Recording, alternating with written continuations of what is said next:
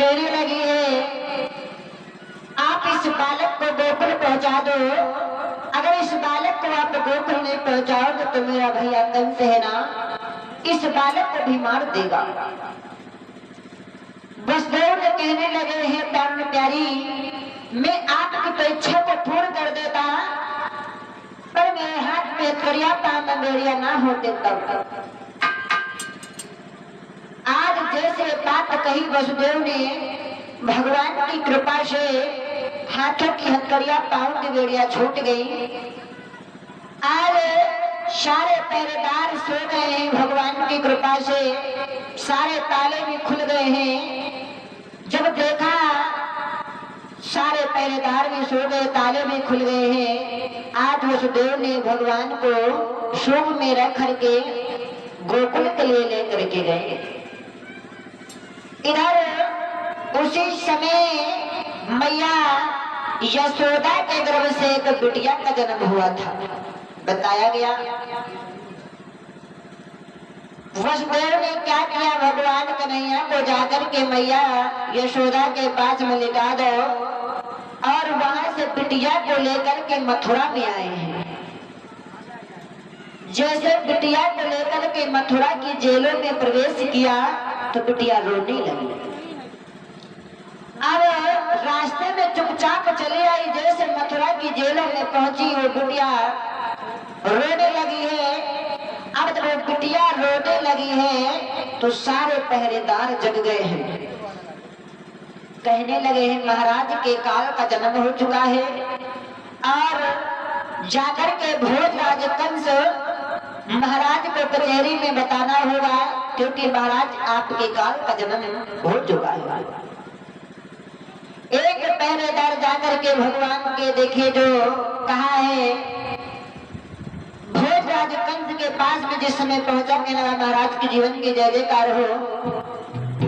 भोजराज कंस में लगा क्या खबर लेकर के आए हैं मेरी कचहरी में। नौकर बोला महाराज जिस घड़ी का इंतजार था वो घड़ी आपके जेलों में आ चुकी है।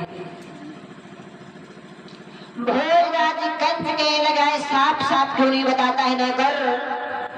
नौकर के लगा महाराज आपके काल का जन्म हो चुका है।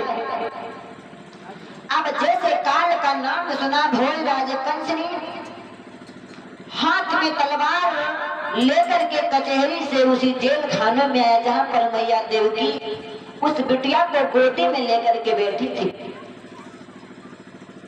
अब जब बिटिया को गोदी में लेकर के बैठी थी, भोजराज कंस कहा है देवकी इस बालक को मुझे दे दे। देवकी ने दोनों हाथों को जोड़ा, कहने लगे भैया ये काल का जन्म नहीं हुआ है, ये बालक नहीं है, इस बिटिया का जन्म हुआ है और इस बिटिया ने तुम्हारा क्या बिगाड़ा है भैया, इसे मत मारो। भोजराज कंस कहने लगा देवकी तुझे नहीं मालूम है ये बिटिया का जन्म है और हो सकता है तो इसके गर्भ से हुए बालक का जन्म हो मेरा काल हो, तुझे क्या मालूम। आज देवकी कहने लगी भैया इस बिटिया को मत मारो। आज भोजराज कंस ने देर नहीं किया, देवकी की गोदी से उस बिटिया को छीना, जैसे पटकना चाहा बिटिया हाथ से छूट गई, आकाश में पहुंच गई। अब जब बिटिया आकाश में पहुंच गई है तो आकाश में जब पहुंच करके एक बात कही भोजराज कंस कान खोल के सुनो, तू मुझे क्या मारेगा, अरे तू मुझे क्या मारेगा, तुझे तो मारने वाला गोकुल में पाला जा रहा है और वो उसी दिन तेरे सामने आएगा जिस दिन तेरा काल होगा, तेरा अंत होगा। बिटिया समझा करके बोली कंस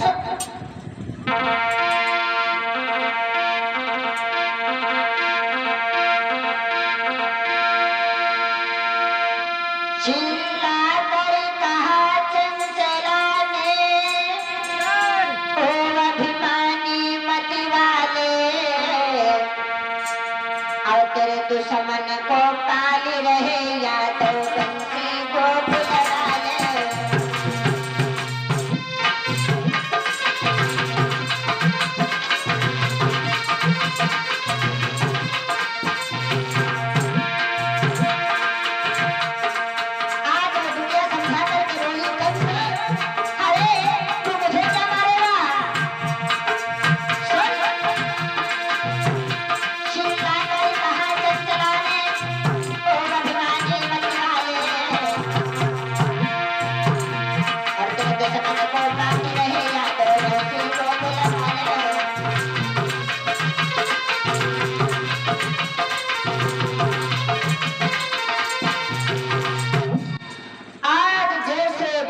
कही बिटिया भोजराज कंस से।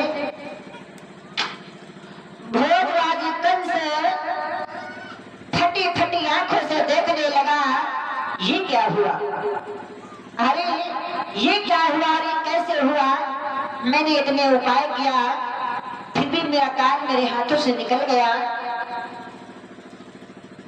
क्योंकि बताया गया है आज उसी समय कंस ने बिटिया की जब बात सुनी तो चेहरा उदास हो गया है।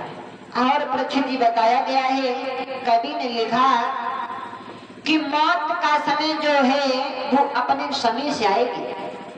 कवि ने लिखा कि मौत का समय जो निश्चित है, बताया कि मौत का समय जो निश्चित है वो उसी समय पर आएगी।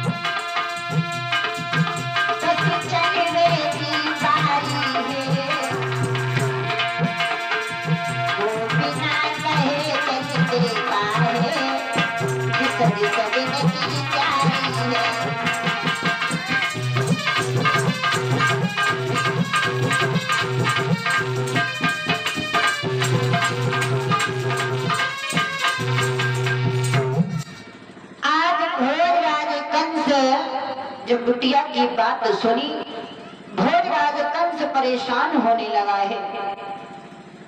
आज क्या किया है भोजराज कंस, जेल खानों से चला दरबार के लिए, और जैसे दरबार में पहुंच करके कंस जाई पहुंचो दरबार में, कंसासुर